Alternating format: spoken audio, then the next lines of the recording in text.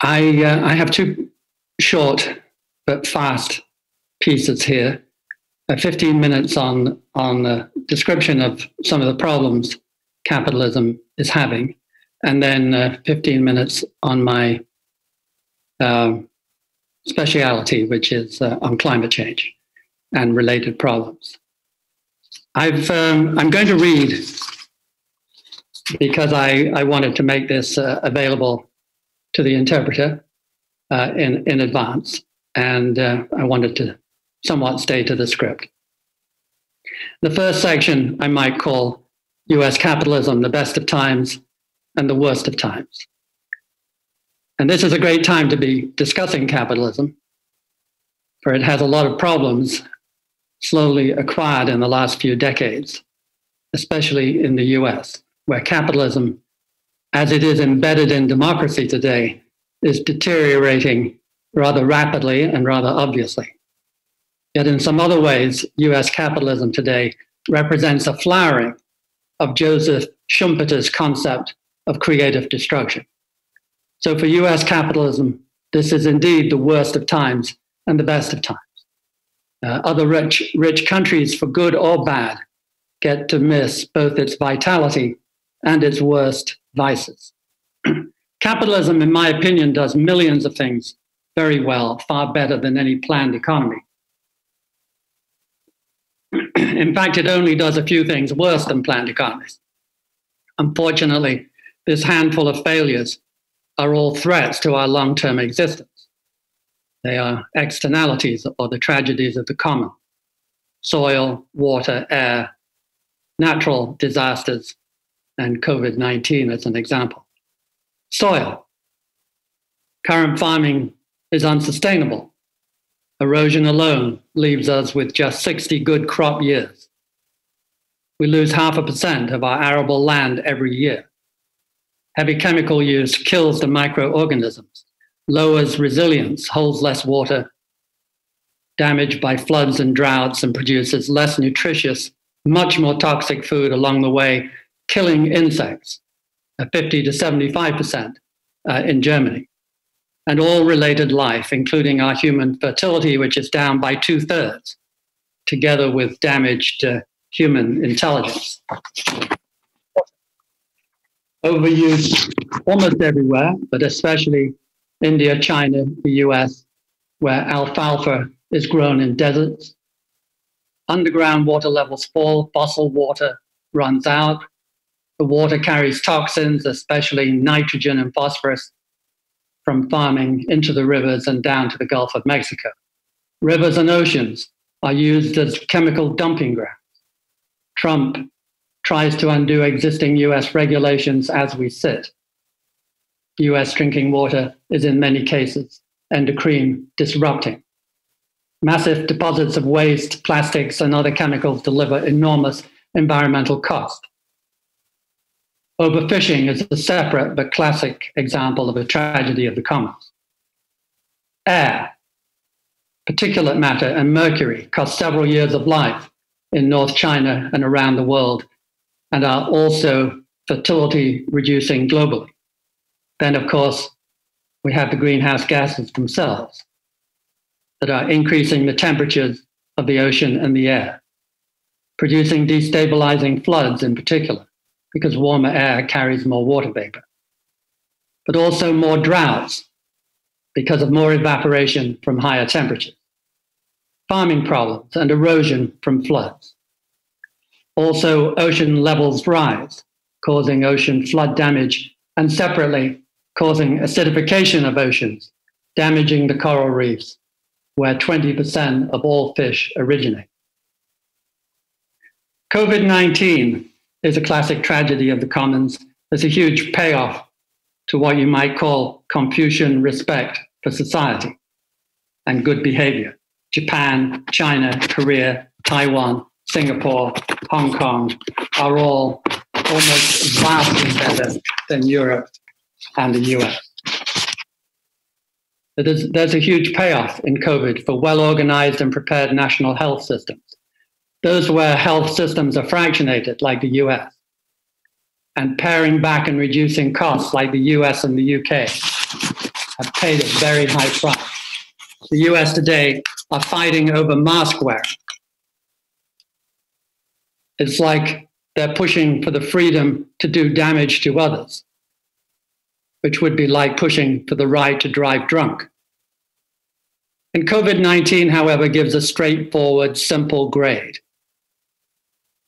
You in Germany and Austria get a pass, in my opinion, or a D.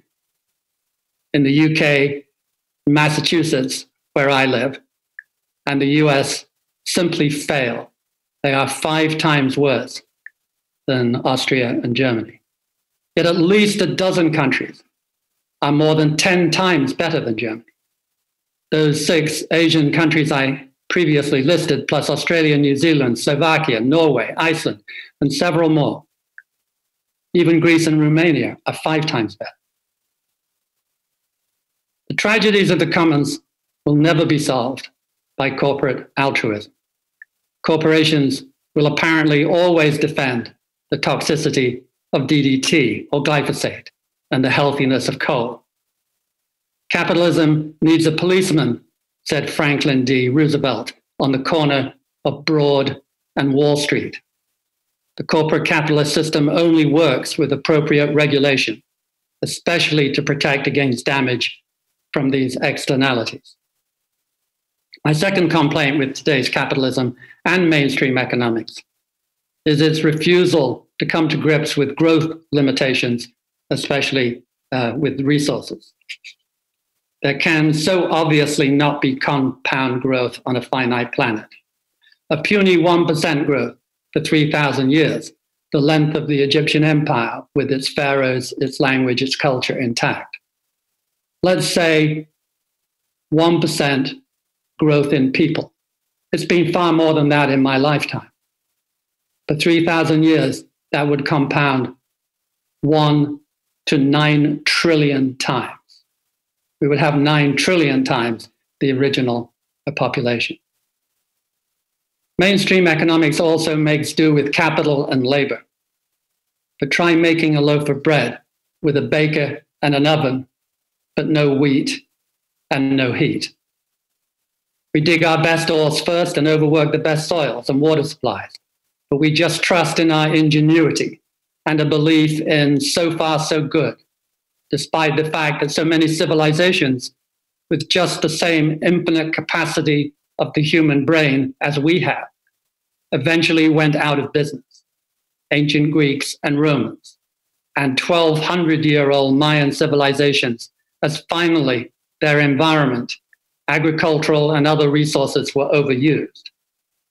Mostly we just ignore these very long-term issues, which in this age of human-induced climate and environmental disruption is a very bad idea. In fact, I believe we're in the early stages of a new struggle for the soul of capitalism between what I think of as Schumpeterism, Milton Friedmanism, and Confucianism.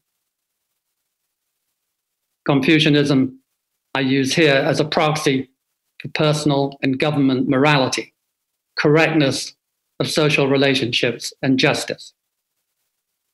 Milton Friedmanism is where we draw a wafer-thin line between rugged individualism and pathological selfishness.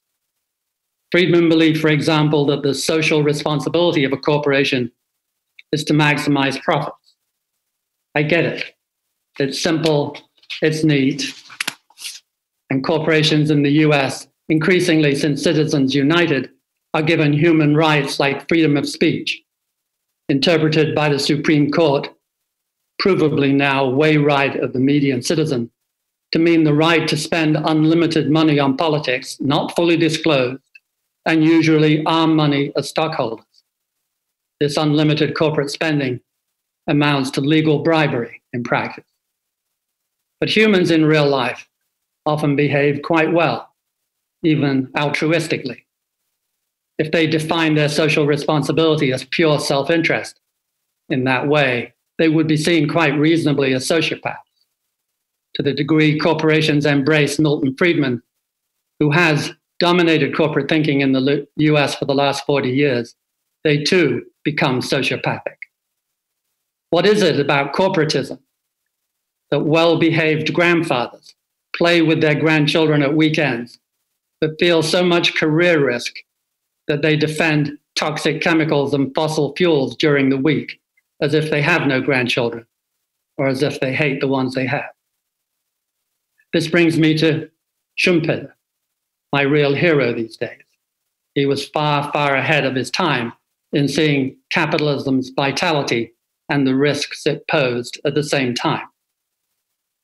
He saw the strengths of capitalism not in the boring marginal interactions of supply and demand, not in the pressure on your profit margin, but on waves of innovation and on the periodic avalanches of creative destruction that takes your company and often your entire industry out of business completely and quickly. And the US today may be showing these forces at work far more obviously than Europe or even the US itself did in the 90s and 30s and 1940s, when Schumpeter, a good Austrian Czech, was teaching at Harvard.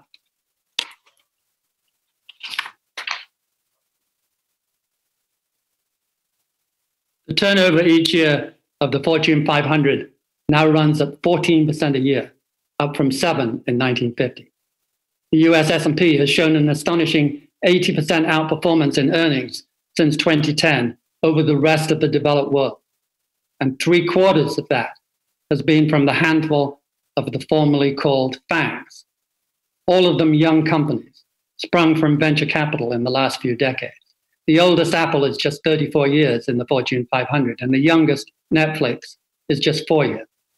They appear completely different, creating intellectual capital and market value out of thin air. They are a reflection of the last true features of American exceptionalism. Venture capital and the great research universities so closely related to venture capital, of which the US is said to have 15 out of 20.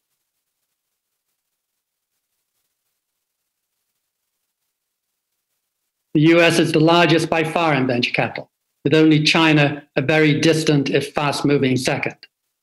Venture capital in the US has also held on to its vitality, unlike the balance of the US corporate world, which is underinvesting in R&D and new ventures and overinvesting in stock buybacks and return-enhancing conservatism. It has become increasingly monopolistic in those industries free from disruption. Meanwhile, the brightest and best no longer go to consulting or Goldman Sachs or to Procter & Gamble, but go to California to start a new firm. The Grantham Foundation, by the way, has 60% of its principal in venture capital and has received 19% compounded a year since 2000 from a very low base. We aspire to 70% in 10 years, of which half, or 35%, will be in green tech, where Boston is a very exciting place to be.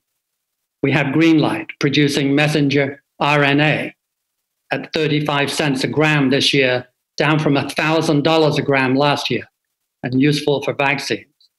We have biological bugs to replace Haber-Bosch nitrogen that currently is responsible for feeding half the world. We have second-generation fusion and cheap, non-flammable, solid-state lithium-ion batteries, etc., etc. America, by the way, is the land of exceptionalism. Best at everything is the professed belief. But sadly, these days, this belief is merely wishful thinking. In almost every important indicator of social health and the quality of life, the US has slipped badly since 1964 when I arrived. Little did I know that was the sweet spot for US capitalism.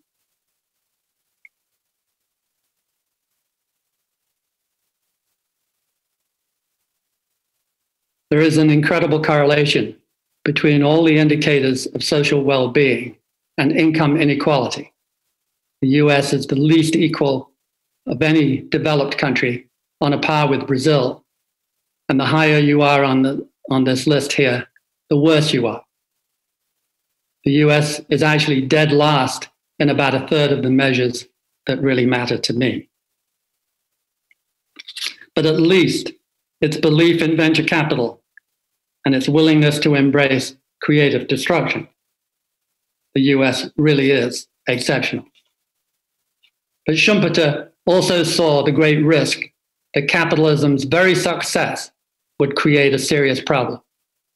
It would acquire increasing political power, the corporate system.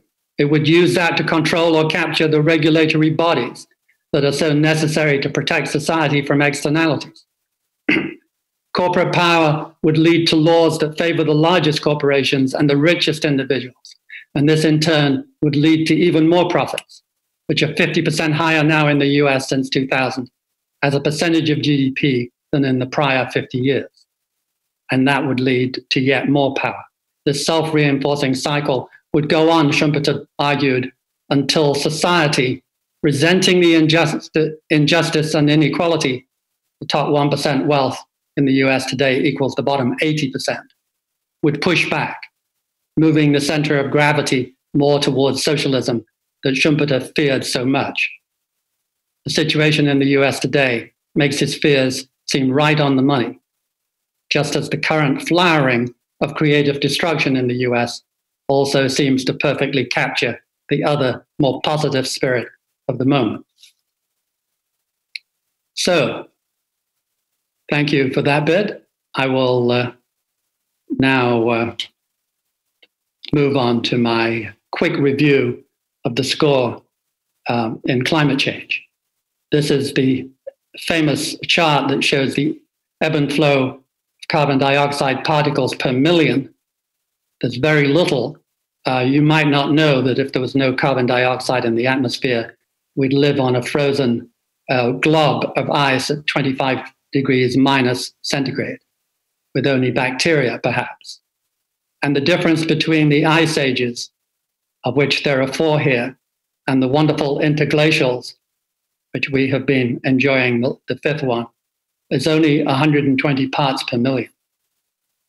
Thank heavens, carbon dioxide is a very, very effective greenhouse gas. But we have just, since 1950, increased our carbon dioxide count by as much as that which separates 2 miles of ice on Manhattan and Stockholm from an interglacial like today. And we will add as much again before we're finished. That much is certain. One of the things that has been hard to spit out until recently is that all of the damage is accelerating. The first half of the last century, temperature rose by just 0.007, and the second half by twice that. And in the recent surges associated with El Niños, they have gone up by 25 bips. That's a color demonstration of the air temperature increasing, pretty clear. The most dependable output is heavier downpours because of more water vapor. And that is the most damaging of all the effects, is the increased heavy flooding around the world. This is the temperature in black of the top 2,000 meters of the ocean. And on the right, it says that from 1950 to 90, it increased by 37 heat units a year. And more recently, at 99 units, almost triple the rate. This is the flooding, the recent projection, the old projection for 2050 of Vietnam, the delta of the Mekong, and on the right, the new projection, almost totally underwater and saltified. It's one of the great rice-growing areas of the world, and the same applies in Thailand and Bangladesh and the Nile. Even faster acceleration is the melting of the ice caps. This really is lined up fairly. And the damage, in summary, in capitalist terms, rises dramatically. The droughts increase, the extreme temperature events, the wildfires, and the floods. But this is my favorite. This is global insured losses from wildfire. A great jump in the 1990s, 5 times more than the 1980s, a modest jump in the 2000s. And then through 2015, it was jogging along on par. 2016 caught up. 2017, was single-handedly more expensive than any decade. 2018 was almost identical, and 2019 has continued. Happily, the attitudes in the last 2 years have also changed dramatically. I like to think of her as Joan of Arc arriving in the nick of time. Finally, people beginning to stir. This is now looking long in the teeth. This was written in 2012, 8 years ago, and I was haranguing in Nature the scientists for being chickens. Be persuasive, be brave, be arrested if necessary. For heaven's sake, state your views as you honestly believe them. They were all understating. They were all terrified to draw too much attention. But now they speak out. I couldn't have written that last year. They put teeth into their peer-reviewed articles. The good news is the progress that we see in Boston, California, and around the world in renewable technology is also accelerating. This is the dramatic decrease in the cost of utility scale solar and onshore wind. And that's where coal is in full cost. The marginal cost of running a coal factory today is now more expensive than the best solar and the best wind. Dubai has the biggest and the cheapest. And 3 years ago, it was 3 cents a kilowatt hour, which was dramatic, almost unbelievable. And 3 years later, in phase 5, it's 1.7 cents. Far, far cheaper than any other form of fossil fuel energy on the planet, and still getting cheaper. And the wind, which was written off 10 years ago, has proven an enormous surprise, mainly because of scale. When you scale up a wind tower, you square the length of the blade, courtesy of pi r squared. It's the area that is swept by the blade. And as you get higher, you pick up wind speed. And wind speed is the cube to get the power. So a 140 mile an hour hurricane is not 17 times more dangerous than 120%, but something like 60%.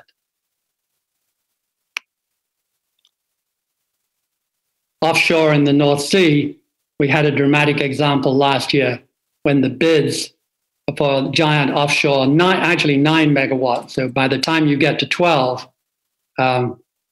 which is over on the left, they will be a lot cheaper again, came crashing down for bids at 2023, catching up with onshore wind because the scale of those offshore wind turbines is so much greater, slashing through solar on the way in the north, and becoming better than the wholesale price and existing gas.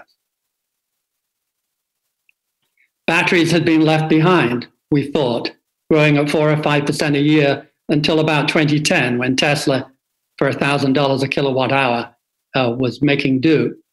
And since then, you see the rate of decline, where Tesla last year was probably below 150 and aspires in 2025 to 80.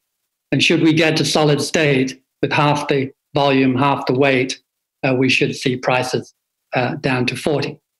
Anything below 100 is cheaper than building your regular Mercedes and BMW. Bad news, after all these brilliant new developments and progress, we still see a forecast for 2050 where 51% is still fossil fuel, which means carbon emissions continue to rise, and 1.5 degrees is sadly out of the question. By 2050, we should be very close to 2 degrees centigrade, even if we start to behave a little better than we do now. On a related topic of erosion, this was set up outside a library in Iowa, and you can see in 1850 they had 14 inches of the best topsoil in the world. And by 2018, we called out the people who had done this, and they gave us the 4.7 inches down from 14. You need 4 inches You absolutely need 3. So what has happened here is 10 inches of safety margin has gone down to 1 inch of safety margin. And this is the same all over the world, including Germany and the UK. Of course, the oil companies knew all of this, going all the way back to 1962.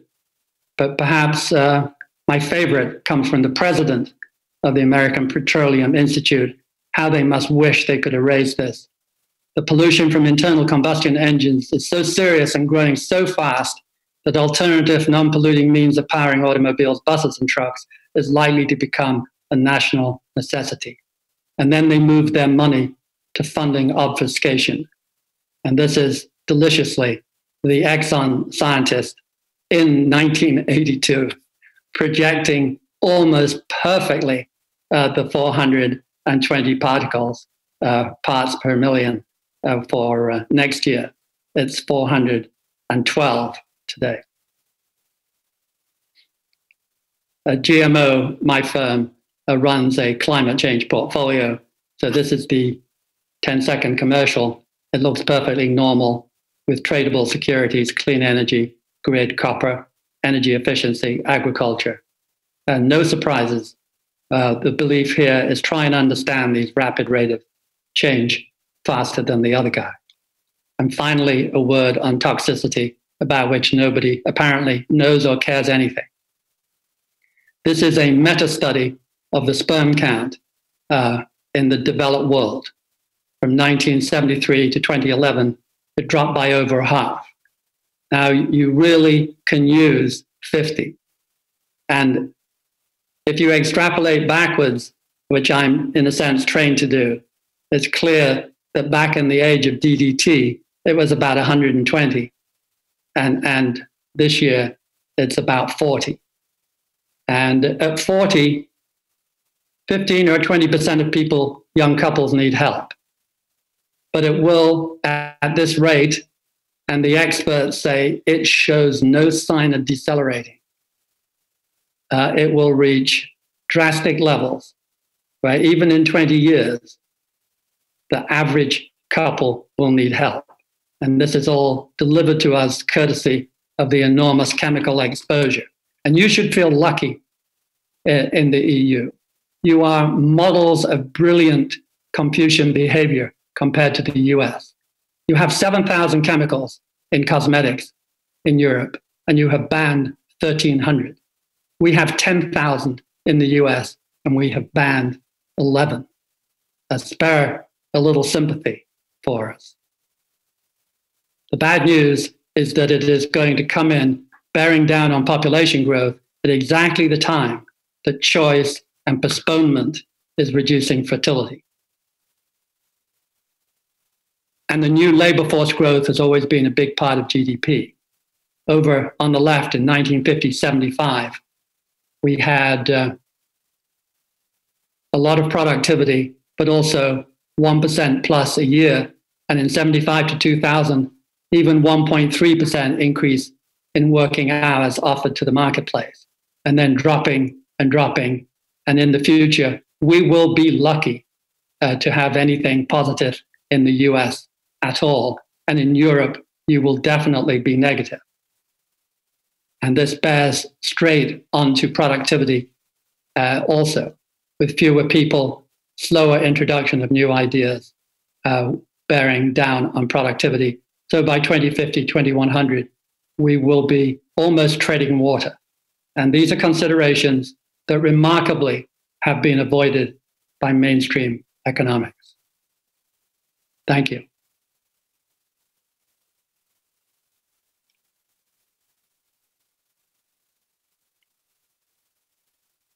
Oh dear, I can't hear. I just have a thank you very much for what you've told us so far. I might confuse. I know you're British, but you've been living in the US for many years, in Boston with the GMO, and that's why we maybe had a hesitant start. We've had some questions now. Say one can switch between the English and the German channels. We are kind of producing in parallel here, a German and an English one, and that's why we are going to stay. The live stream is, I say, there are two parallel transmissions taking place, so we can now ask a few questions. One of the questions which a member of the public has asked is the effect of mass animal husbandry, and animals are responsible for 1/3 of emissions in Germany, for example.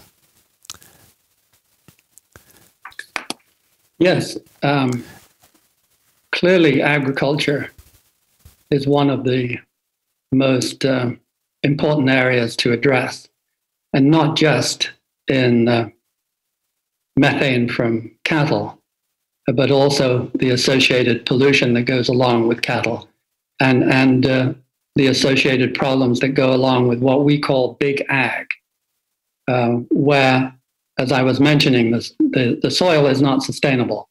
It's the microbial life is killed off by fairly massive and constant doses, sometimes 10, 12 times a year, of pesticides.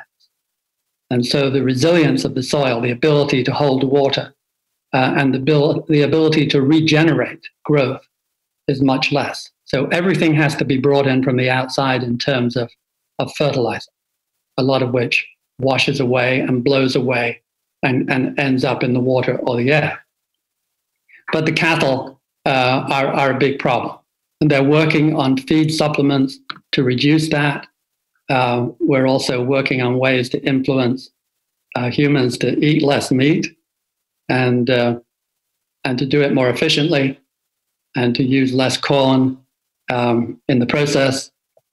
It's a very complicated, slow-burning topic. We have no hope of making rapid progress, but we do have every reason to push for slow, steady progress in 100 different ways, which we can improve the situation.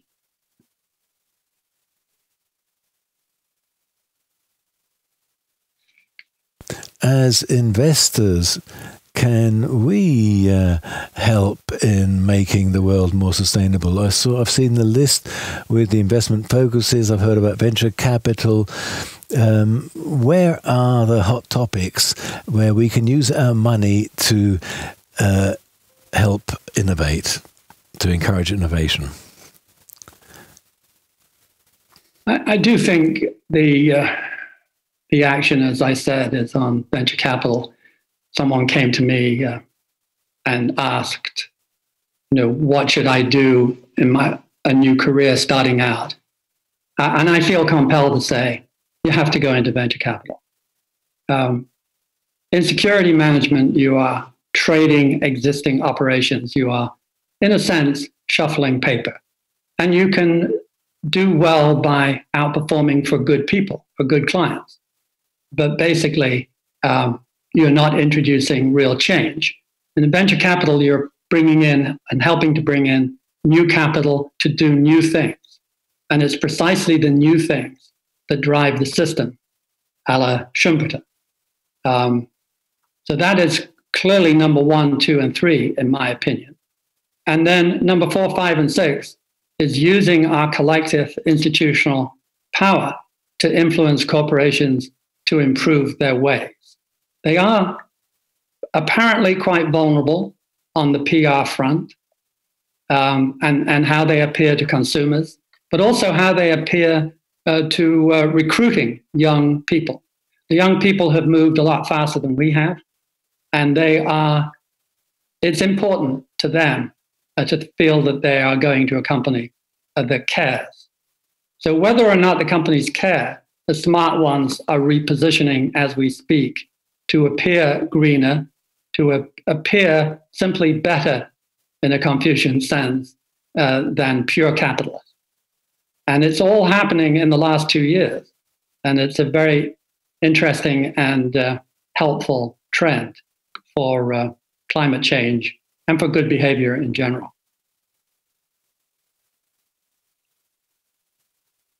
In case you missed that point, it's cast your vote to influence better corporate behavior.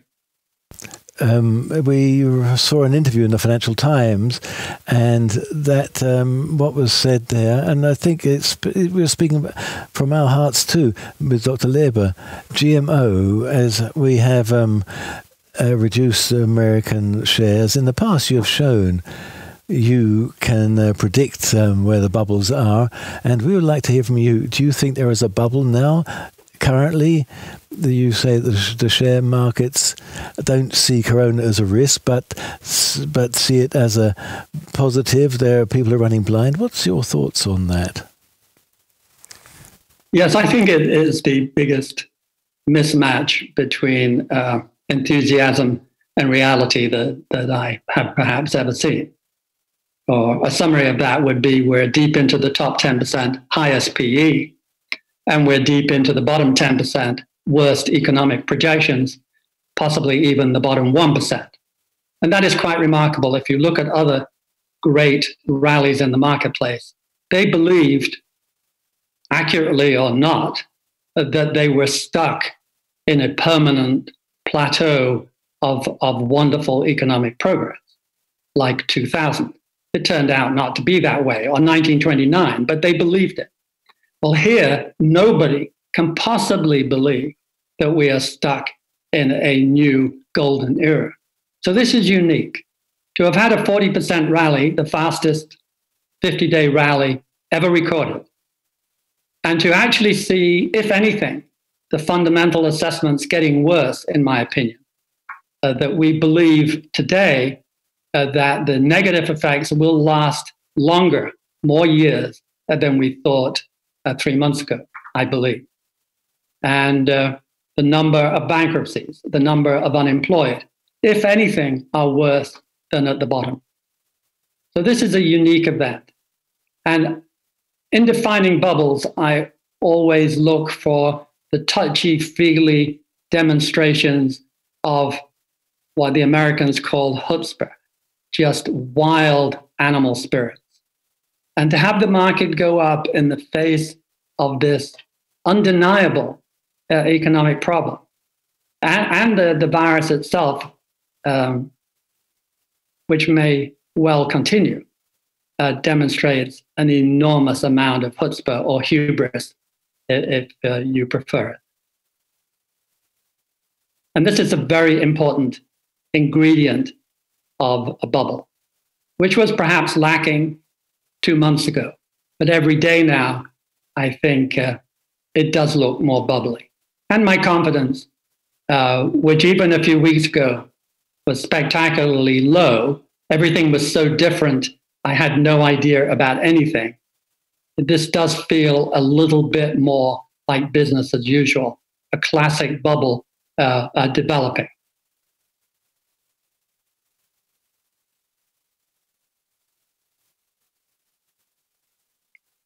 And how long will that happen if the share prices are falling? What are you going to do with your money? I think keep some money safe, available to buy much better bargains at a later date. The single most important ingredient today is uncertainty and risk. And the classic response to risk is to keep some powder dry. And that is that's my recommendation. I think history will be very hard on bulls because it looks so classic that this would be followed eventually by a major decline. Conversely, if this is different and goes on to higher levels and several years, they deserve credit because that is a very brave call, which has no historical support that I can find anywhere. Doesn't mean it won't happen. It just means that is the heroic bet. The bet that this will buckle under reality is a very commonplace, ordinary bet in comparison. And that's why history will make it so tough should the market go down on those bulls.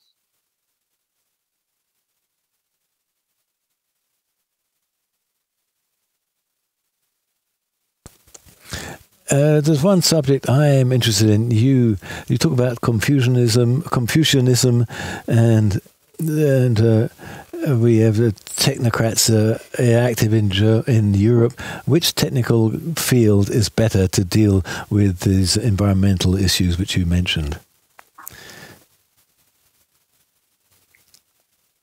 I think all of them. We need everything we can get. We need progress in green energy. We need, particularly in America, an intelligent grid. You know, we have 3 different grids that can't even exchange energy in the US. We have no modern, ultra-efficient transmission lines at all. We need energy efficiency installed in everyday homes and in commercial buildings. It's a bottomless pit. The good news is it's perfect for a stimulus program. Only South Korea, coming out of the financial crash in 2009, made sure that its stimulus program was very heavy on green infrastructure. But this is a perfect opportunity to do it. And the EU is setting, as far as I can tell, a brilliant example to tilt the whole structure to green. How can you go wrong making social investments that will have a long-lived, positive, and substantial return? And yet I fear, particularly with the current administration, we will have very little, if any, green spin on our massive trillions of dollars of stimulus, which are mainly going straight into the pockets of consumers and corporations, especially friends of the administration.